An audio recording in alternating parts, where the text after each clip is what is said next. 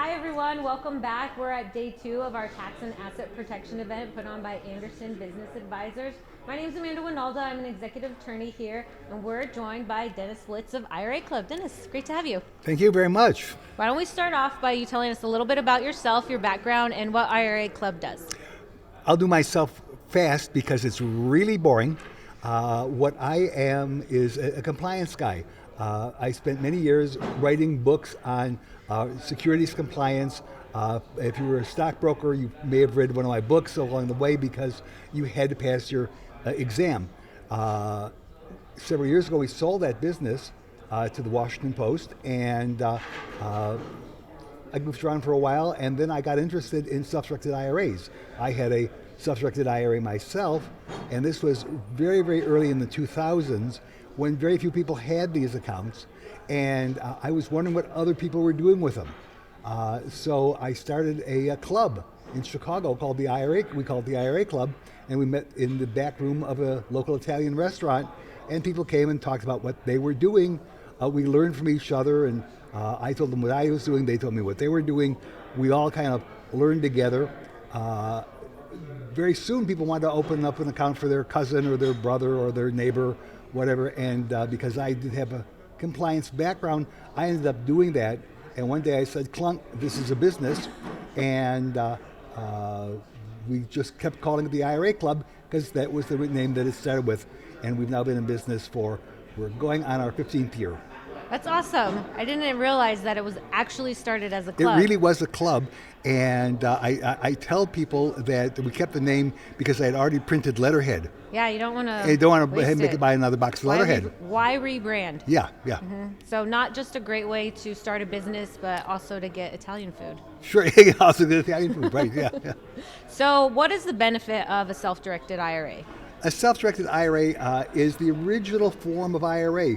When Congress passed the regs for IRAs and 401ks, they were kind of passed together.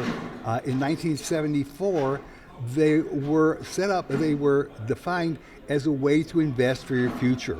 And the rules of what you may invest in are pretty much the same for IRAs and 401ks. You can invest for your future as long as it is passive. There are a few other rules, but those are the two big ones. Investment for your future that is passive. And so the classic example is simple. Can my IRA buy a house, rent out that house, and collect the rent? Well, of course, buying real estate, income real estate is an investment for your future. And yes, your IRA can do that. Can my IRA buy a house and I live in the house? And then the answer becomes no, because it's not an investment for my future anymore. I'm getting current benefit by living there. So myself or my family can't live in that house, but anybody else in the world can. So that really is in a nutshell. Now, when we started the business, back about 15 years ago, 95% of the investments were single family real estate. That is not the case anymore because people are becoming A, there's less inventory available, but B, there is more sophistication among the people that they realize there's other things they can invest in. There's clean energy, and there is solar panels and windmills and oil and gas exploration and oil and gas storage and transportation and on and on. Storage units have become very popular. RV parks have become very popular. Airbnbs in your IRA have become popular. So you can make any investment as long as it's an investment for your future and it's passive. And so you talked a little bit about how you can't get a personal benefit, prohibited transactions. And that's really tricky because a prohibited transaction could potentially cause your entire IRA to be in question with the IRS. Well, yeah, exactly. But you know, it's one of the things that what an administrator does for you is the first thing is, people will call us up and say, is this an allowable transaction? And we can answer them really in a minute or 2 minutes because we know the regs and the rules. And so that's probably one of the most common questions is, here's what I'm thinking about doing. Is that an allowable transaction? And we'll answer it. And even if they don't call us and they go charging ahead and try and make the investment, when we get the documentation and we review it, we go, whoop, slow down. we're not going to take this investment for an IRA because we don't want you to make a prohibited transaction. Oh yeah, that's great, because the club, it helps you because they can ask the questions. You provide that support on an ongoing basis. You're not just setting up the IRA and saying bye, have fun investing. Exactly correct. And I will tell you that you've really hit an important point. When people charge ahead and make a transaction and then call you up and say, gee, should I have done that? It's probably too late. Yeah. So we do catch people early in that process and say, what are you investing in? And let's do the documentation. Mm-hmm. And Anderson and IRA Club have a really close relationship through our Infinity investing. So what does IRA Club provide for our Infinity investors? Well, I will tell you, the Infinity investors receive, we give them a free IRA account for the first year. And by the way, the fee is $195. It's not expensive, it's very low cost. But that's waived if you're an Infinity investor. We do that because of a lot of reasons. The first one is you already have a basic idea of, you've started thinking about investing. You've started thinking about what you may want to do, and so you're, into the process. You're more sophisticated because you've been through Infinity. So it helps us too. The relationship that we have is wonderful because it's really both Anderson and IRA Club are helping the individual. Mm-hmm. And so talk about some of the tax benefits. Like, why is it good to invest through an IRA or rather than just through your personal name? Well, because remember, you and I have a problem. We are taxable entities. If you or I make a profit on an investment, we have a partner, who lives in Washington and he needs money.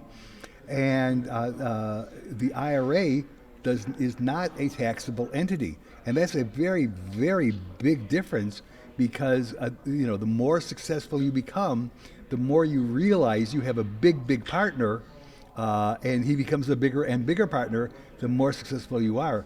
IRAs are not a taxable entity. And then, of course, we'll discuss with you whether you want a traditional IRA or a Roth IRA and the advantages and disadvantages of both. So you get to set up the account that will be best for you in the long run. So we set up an IRA, how do we get actually funds into that IRA? There are three ways to get money into a self-directed IRA. By far, the most common is the person had a job at company X or Y and has left that job, and they will move over the funds that are in their 401k. For years and years, we used to say, please, if you have any stock in there, liquidate it, and then we'll move over just the funds. Now we have our own platform where we can take the securities too and liquidate them on your behalf, or just leave them. If you want to leave the securities in there, you can. But most people who come over have a real property investment or a different kind of investment, like I say, mobile homes or RV parks or something like that they want to make, and so that's what they'll do. So that's the first way is 401ks coming over.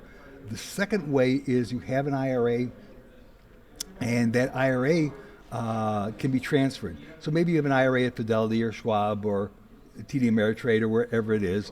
Doesn't matter if it's Roth or traditional. You can bring that, just let us know, and we'll transfer it on your behalf. We'll do all that paperwork for you because it's a bit of a problem sometimes doing that paperwork. Yeah, the IRS likes you to do the rollover just right. Yeah, and we'll do that for you.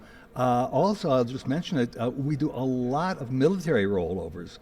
People have a thrift savings plan, and once they've left their service, they'll roll those over into a self-directed IRA.